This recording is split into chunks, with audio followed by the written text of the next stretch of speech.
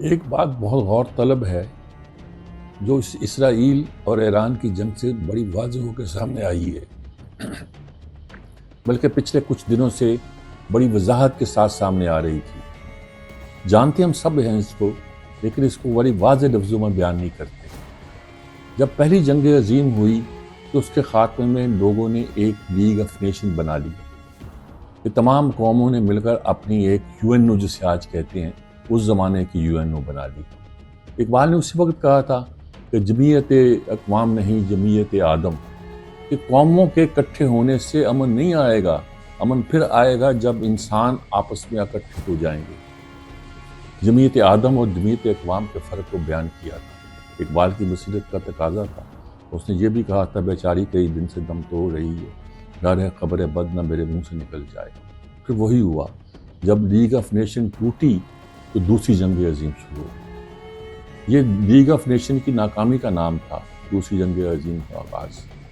और उसके बाद उसके खात्मे पर लीग अक़वाम मुत्तहिदा बनाई गई और बड़े एहतमाम के साथ कई बंदोबस्त किए गए। इकनॉमिक्स के मैदान में, हर मैदान में बंदोबस्त किए गए कि अब दुनिया को इस तरह चलाया जाएगा।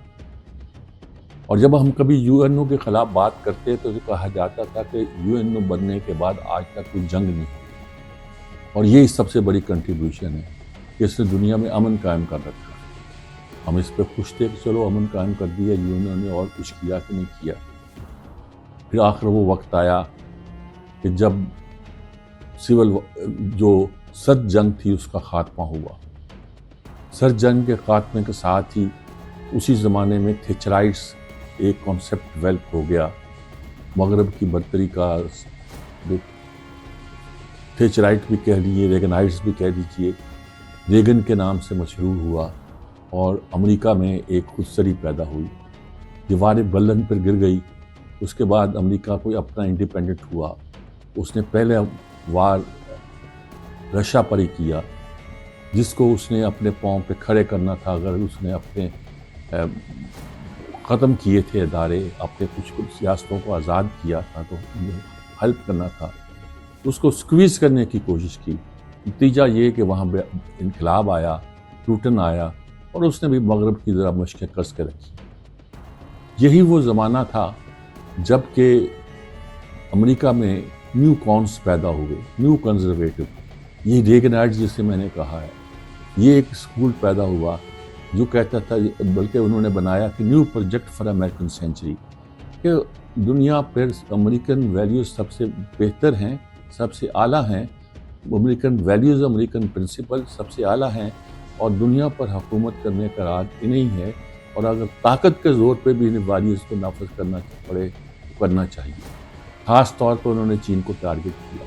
ये 96 की बात है, और उसके बाद ये ख्याल अमेरिका में रास्ख होता गया। कोई भी सामने आया, नतीजा ये निकला कि ये हो गया कि दुनिया को चलाना अमेरिका का काम है, किसी और का काम नहीं। अकेली सुपर पावर है, कोई यूएनओ नहीं, जो चलाना है अमेरिका ने चलाना है। इराक की वार खुद सरी के लिहाज से यूएनओ के बोलते बोलते भी हो गई। अमेरिका ने अपना मजाज दिखा दिया और बता दिया मेरे अलावा और कोई ताकत नहीं, और उसने साबित कर दिया कि अब रूस वो ताकत नहीं है जो मेरे राह में हारज हो सके। ठीक है, अब ये सूरत हाल आ गई है कि ट्रंप कहता है कि मेरी बात मानो वरना ऐसी तैसी कर देंगे। तमाम दुनिया वोट देती है कि तल अबीब में, इसराइल में तो ये रोका जाए कि वो गज़ा की पट्टी पे बमबारी ना करे, बेजा इंसानों का ज़िया ना करे। लेकिन इसराइल सुनता नहीं। अमेरिका उस करारदाद को अकेला वीटो कर देता है, और दुनिया के लिए कुछ करने के लिए चारा नहीं है, खामोश देख रहे हैं। इतनी तबाही को कभी इंसानियत ने खामोशी से नहीं देखा होगा जितना अब है। इसमें मगरबी ममालिक जो जमहूरियत का नाम लेते हैं, इंसानी हमदर्दियों का नाम लेते हैं, वो भी शामिल हैं। इसमें इस्लामी ममालिक जो अपने आप को बड़े ताकतवर समझते हैं, वो भी शामिल हैं। और सूरत हाल ये है कि अमेरिका के रहमो करम पर हैं गज़ा की पट्टी में रहने वाले बेचारे फ़लस्तीनी। अमेरिका जो भी थ्योरी बनाना चाहता है, यूएनओ में जाते हैं तो वीटो कर देता है। इसके बाद उन्होंने ईरान पे हमला कर दिया। अब कहते हैं ईरान वाले खाली कर दें, तेहरान खाली कर दें। पहले कहते हैं गज़ा खाली कर दें, अब कहते हैं तेहरान खाली कर दें, हम अमन फिर कायम होगा। ایک تو ٹرمپ ایک عجیب قسم کی چیز ہے، دوسری امریکہ کو اس نے اور بھی عجیب تر بنا دیا ہے۔ اب لگتا ہے کہ امریکہ کچھ چاہے گا دنیا میں امن ہوگا، اور امریکہ نہیں چاہے گا۔ پتہ نہیں کیا امریکہ کے کیا ویلیوز ہیں، کیا وہ چاہے گا۔ اور یہی تھا کہ جب لیگ آف نیشن ٹوٹی تھی، پہلی جنگ عظیم ہوئی تھی، UN ٹوٹی ہے، تو اب یہ صورتحال پیدا ہوئی ہے۔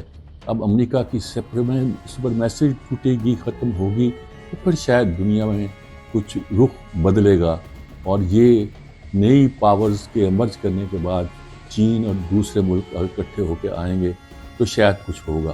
اب ہمیں انتظار ہے کہ ایک نیو ورلڈ آرڈر پیدا ہو، اور وہ نیو ورلڈ آرڈر جو ہے امریکہ کو نکیل بھی دے اور دنیا میں اس بربریت کا خاتمہ بھی کر دے۔